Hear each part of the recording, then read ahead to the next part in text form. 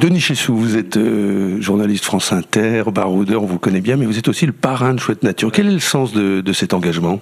Alors d'abord, Chouette Nature, moi j'aime bien les chouettes. C'est tout bête, hein, c'est tout simple, depuis très longtemps, faisant partie de la LPO, la Ligue pour la protection des oiseaux, ça me parle. Simplement, c'est que ça va dans le sens de l'histoire. C'est-à-dire qu'aujourd'hui, on ne peut pas s'affranchir de l'environnement, de l'écologie dont on a fait fi pendant une cinquantaine ou une soixantaine d'années, et ça touche aussi le domaine du tourisme. Et c'est justement au moment où les gens sont en vacances qu'on peut les sensibiliser davantage. Moi, que les gens soient écolos, qu'ils ne le soient pas, c'est pas mon problème, mais qu'ils comprennent que l'on est relié à la nature. Alors, Chouette Nature peut en faire partie. Elle peut en faire partie parce que il y a une gestion qu'on espère exemplaire quand même de la part des différents gérants. Ils y viendront de toute façon petit à petit, rien n'est exemplaire en fait dans ce bas monde. Et puis aussi parce que ça va amener les touristes qui viennent chez Cap France et avec le label Chouette Nature à être beaucoup plus proches, on va dire, des producteurs locaux, par exemple. Ça va être ça. Évidemment que le tri des déchets, l'eau, etc., on n'a même plus besoin d'en parler en valeur d'exemplarité parce que ça doit être normal. C'est ce que faisaient nos grands-parents, hein, c'était pas autre chose. Hein. Bon. Est-ce que c'est vraiment normal aujourd'hui ? Est-ce que la sensibilité évolue ? Écoutez, comme on dit prise de conscience, moi ça me fait un peu penser, si vous voulez, à une prise de courant. Donc moi je préfère parler de conscience supérieure. On nous a balancé dans la société, si vous voulez, du gâchis, du gaspillage d'une façon générale. On revient quand même, ce qu'on appelle de la modération, si vous voulez, ce n'est pas de l'ascétisme. C'est juste normal. Donc oui, pour moi, effectivement, c'est une chose qui est normale. Est-ce que c'est normal de balancer des tonnes de déchets, d'accepter des tonnes d'emballage alors qu'on peut en avoir 10 fois moins ? Non. Est-ce que chez vous, si vous n'éteignez pas les lumières, vous faites bien ce que vous voulez, mais je veux dire qu'il y a un moment, tout ceci a un coût, même pour la société. Donc oui, ça me paraît effectivement normal. Ça ne veut pas dire pour autant, si vous voulez, que toute la société va évoluer, mais malgré tout, je veux dire qu'on est dans un monde qui est fini, mais avec une intelligence collective, elle, qui est infinie. Voilà.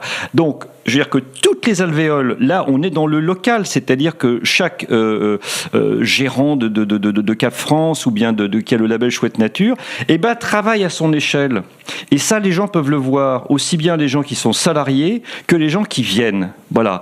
Et il ne s'agit pas de faire de la morale, on s'en fiche complètement et ça ne marche pas. Il ne s'agit pas non plus de faire peur aux gens, la peur n'est pas un programme, ça ne marche pas non plus. Ce qui fonctionne, c'est l'exemplarité. Je fais parce que tu fais, parce que nous faisons. Et je pense que quand même, maintenant où les gens, on va dire, oui, ils sont sensibilisés. Le passage à l'action est beaucoup plus dur, je suis bien d'accord. Mais il y a encore 10 ans, on parlait de cela, on rigolait gentiment. Maintenant, on rigole plus avec ça. On rigole plus. Et l'évolution des mentalités, effectivement, est quelque chose qu'on constate. Est-ce que les problèmes économiques aujourd'hui constituent un frein à cette sensibilité ? Une fois qu'on aura compris que ça coûtera beaucoup plus cher de ne pas s'occuper des problèmes d'environnement et d'écologie que de s'en occuper, on aura fait un grand pas en avant. Aujourd'hui, le gros problème, c'est que comme on a un indicateur qui s'appelle le PIB, le produit intérieur brut, qui est l'art de compter ce que l'on doit, mais jamais ce que l'on gagne, il y a comme on dit pudiquement, ce qu'on appelle des externalités. Les externalités, ce sont l'être humain, c'est-à-dire le social, qu'on écarte gentiment, et l'écologie et l'environnement. Dans les deux cas, ça relève de la casse. Donc, si on ne met pas l'écologie dans la boucle, si vous voulez, on repose sur quoi les uns les autres ? C'est comme si on s'intéressait à une maison sans s'occuper des fondations. L'environnement, c'est les fondations de la maison. Et si vous avez un environnement qui est sain, dessus, vous pouvez construire de l'économie, vous pouvez construire du culturel, vous pouvez construire des arts, vous pouvez construire du sport, tout ce que vous voulez, du loisir. Mais si votre environnement n'est pas sain, vous êtes un superbe athlète, si vous voulez, mais avec une gangrène au mollet. Et ça va être ça. Donc ça peut s'écrouler. Donc pour moi, si vous voulez, il n'y a pas à le séparer. Vous allez dans d'autres pays qui ne sont pas des pays latins, ils le comprennent très bien. Les pays anglo-saxons, par exemple, ont vraiment une longueur d'avance là-dessus parce que c'est une mentalité différente. En France, qui évolue le plus vite ? Est-ce que ce sont les gens ou est-ce que ce sont les institutions ? Alors, c'est en tout cas pas l'État, c'est les collectivités. Ça, on le voit de manière forte, c'est-à-dire qu'une fois de plus, ça nous ramène à ce fameux local par rapport au global. Les collectivités, oui, parce que si vous voulez, maintenant, vous n'avez plus une seule collectivité qui va vous dire « Mais venez, vous avez une voiture, mais c'est formidable, venez chez nous ». On a été un aspirateur à bagnole pendant des années. Bon, voilà, c'était comme ça, c'était l'époque des années 60-70. Aujourd'hui, c'est l'inverse qui se produit. C'est-à-dire qu'on pense à la mobilité, on ne pense plus à la voiture. Maintenant, on essaie de revégétaliser à la fois l'intérieur des villes, parce que l'on comprend aussi qu'avec le réchauffement climatique, le rôle de climatiseur, qu'ont les espaces verts.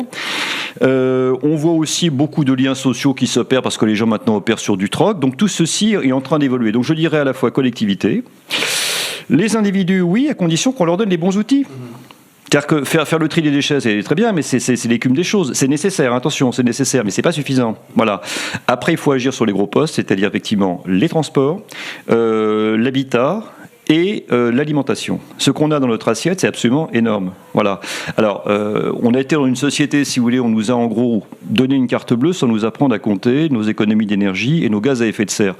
C'est très embêtant, je reconnais que c'est pas très joyeux tout ça. Mais en même temps, sur le fait de manière un peu décalée, ça peut être assez marrant, quoi, de se rendre compte que ce que nous avons ici, ce micro, cette montre, d'où ça vient tout ça, et de se poser effectivement les bonnes questions. On tire la pelote et là on a le fil d'une société. Donc ça peut se faire aussi de manière un petit peu joyeuse. Après, les individus, ils évoluent effectivement si on leur donne des guides. Vous aurez toujours 10% de gens, on va dire entre guillemets, éclairés. Vous aurez 50% de gens qui vont dire je vais voir peut-être, oui, etc.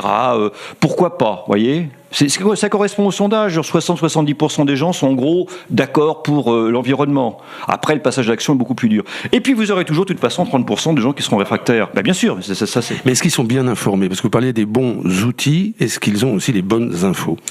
Lorsque vous avez sur des chaînes d'information en permanence uniquement la météo et le CAC 40 qui s'affichent, la réponse est non. Le jour où effectivement on aura le cours du CAC 40, mais on aura aussi un indice de destruction de la nature qui parfois va de pair. Je ne dis pas que c'est corrélé, attention, mais dans certaines activités, mais c'est complètement corrélé. Là, on pourrait effectivement se dire qu'il y a une évolution. Je dis ça, c'est très symbolique. Mais est-ce qu'on a intérêt, si vous voulez, dans ce système où on était sur une production linéaire, c'est-à-dire qu'on prend de la matière première, on la transforme en un produit, on met un coup de marketing et de publicité, on l'achète, on le consomme, on le jette, et tout ça c'est du business. Tout ça c'est excellent pour le PIB, la destruction de la planète est très bonne pour le PIB. Tant qu'on n'arrive pas à casser ce système-là, en tout cas à le faire évoluer, moi je ne crois pas tellement, si vous voulez, aux ruptures fondamentales. Je crois effectivement peut-être, alors malheureusement, une suite un peu de chaos qui permet aux gens de réfléchir. Exemple, Xynthia, voilà, je ne souhaite pas de ça aux gens, mais c'est comme ça après que les gens réfléchissent sur l'urbanisation et sur le fait qu'on a fait n'importe quoi en zone inondable.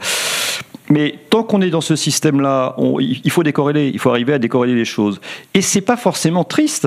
Je veux dire que, rappelons-nous, je veux dire que nos anciens, moi, mes grands-parents, je suis pas vieux, mais je veux dire que mes grands-parents, effectivement, économisaient les choses. Voilà. Est-ce qu'ils étaient plus heureux ? Est-ce qu'ils étaient moins malheureux ? Il y a des choses. Attention, les progrès ont été inouïs pour eux. Moi, j'oublie pas, j'en bénéficie aussi.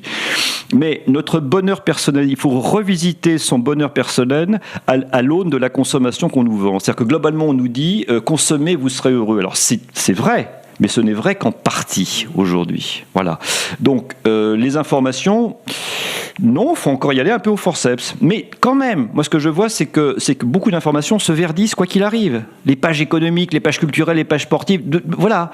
Même si vous voulez, moi j'avais reçu un truc sur dans le domaine du tennis. Où on me disait, est-ce que vous pourriez parler, par exemple, du fait que l'on recycle maintenant les balles jaunes ? J'ai dit, après les pièces jaunes, c'est les balles jaunes. Très bien. Alors, j'aurais dit, écoutez, vous êtes gentil. Oui, c'est intéressant de recycler les balles de tennis. Mais ça s'appelle un petit peu du yellow washing, ça, parce que le plus important, si vous voulez, dans le tennis, c'est, une fois de plus, les transports, c'est-à-dire comment viennent les gens assister au match de tennis, et c'est là que ça se passe, vraiment c'est là que ça se passe. De même que d'ailleurs, le gros problème aussi qu'on peut avoir les gens de Cap France, c'est qu'ils vont faire des efforts avec Chouette Nature, assez incroyables sur l'eau, l'énergie, la bouffe, etc. Ah, ça oui, c'est une réalité. Mais c'est très difficile aussi de dire aux gens, alors attendez, qu'est-ce qu'on peut mettre nous comme transport alternatif pour que vous veniez chez nous. Le gros poste sera de toute façon de venir en voiture. Alors si la voiture est pleine, c'est toujours mieux évidemment que de venir tout seul. On est bien d'accord. Une voiture familiale, c'est ça. Bon, mais c'est là que ça se passe. C'est vraiment là que ça se passe. Et là c'est encore compliqué. Super, merci beaucoup Denis Chessou. Pour résumer, on va dire vous êtes un écologiste joyeux. Oui, moi je suis pas du tout, d'abord je suis pas pour l'écologie punitive, ça ne sert à rien, je vous disais que la peur n'est absolument pas un programme. Et oui, ça peut être marrant, moi je veux dire que je suis aussi un animal de plaisir, donc je n'oublie pas, voilà, et je ne suis pas là non plus pour fouetter mes contemporains, voilà, pour leur dire faites ceci, faites cela, non, on est là pour... On essaye de donner envie, on essaie de leur dire attendez, c'est possible aussi de vivre un tout petit peu autrement et de pas faire n'importe quoi. Et puis quand même, derrière, dans cette société de l'immédiateté, l'écologie bien comprise permet de se projeter. On n'a pas d'idéal aujourd'hui. On n'a pas de pensée, si vous voulez, collective ou d'ambition collective, comme on l'a eu à la sortie de la guerre, comme De Gaulle l'avait, etc. Et tout. On n'a pas tout ça. Alors, l'écologie, c'est une partie de la réponse. Je ne dis pas que c'est la réponse, mais en tout cas, c'est une partie de la réponse. Ça permet au moins de dépasser le court terme et de se projeter un peu plus loin. Et si en plus, on n'est pas complètement sinistre et qu'on ne ressemble pas à un radis noir, les choses iront mieux, quoi. Merci.